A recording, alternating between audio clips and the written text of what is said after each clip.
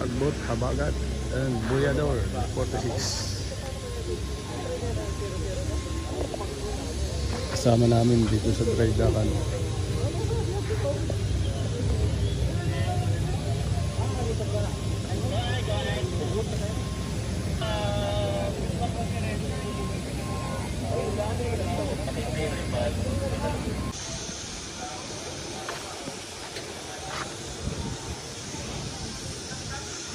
Yan po yung barko namin, no?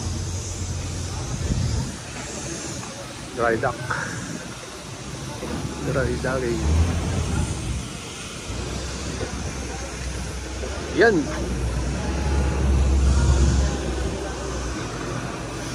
Dito po kami sa Dynakas ngayon, Dynakas Shipyard.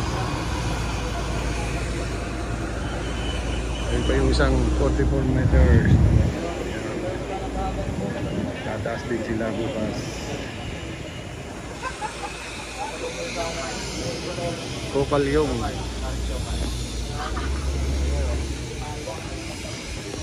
Daming crab dito, crab po namin, crab ginagawa rin.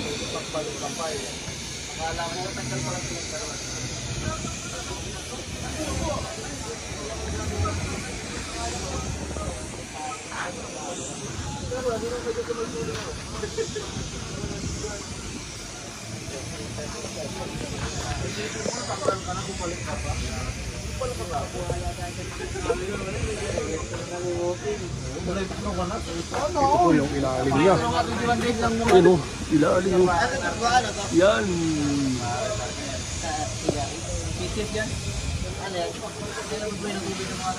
Tuling yung mga matbili. Bumabatok yun. Ibig sabihin, hindi pa naman umulan. Hindi mo umulan yan.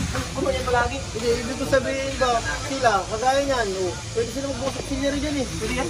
Oo, kaso. Takot lang sila. Ayan nila din yan.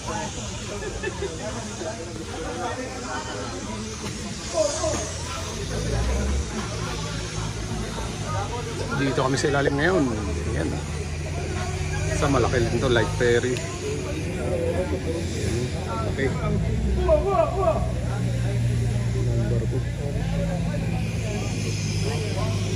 Yung isa po, bukal yung. Pero sa likod po niya, may pinakamalaki pang light ferries sa likod po nila. Kailangan natin mapuntahan kasi mainit-init pa.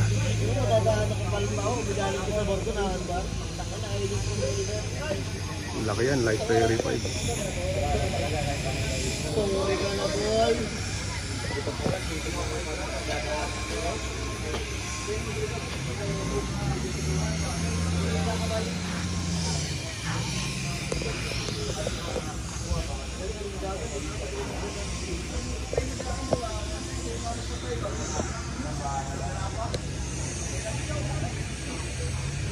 Yun. Thanks for watching. I'm Vocalist. Please like and subscribe. Dynakas Shipyard.